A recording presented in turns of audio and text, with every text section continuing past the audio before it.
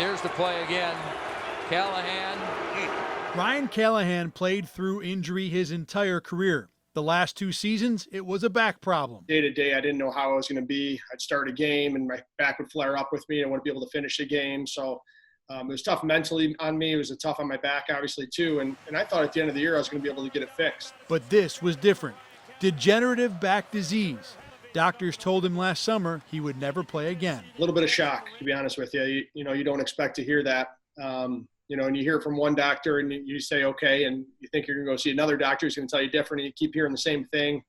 And then it just starts to set in. Callahan missed over 200 games in his 13 NHL years, but it never bothered the Hilton native. Injuries were simply the way it had to be. They go hand in hand with the way I played the game, and that's what made my career successful. That it was. Nearly 200 goals, nearly 400 points. I couldn't ask for anything more. Captain of an original 6 team. Played for 2 teams in my career. Both teams were very successful. But never all the way successful. Callahan fell 2 wins shy of a Stanley Cup and lost the 2010 Olympic gold medal game in overtime.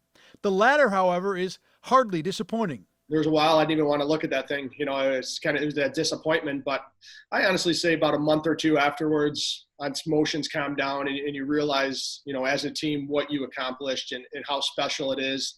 Biggest thing for me now is something I can show my kids when they're a little bit older. And, I think that's when I'll get the most joy out of that, is when I see their reaction when they realize what it is. Callahan thinks he got out at the right time health-wise. He can still golf, swim, quote, throw his 3 young kids around, and revel in a great career. Coming from Hilton, New York, and not knowing what I'd a little bit undersized, to have the success I had, I've been extremely blessed. I'm Thad Brown, News 8.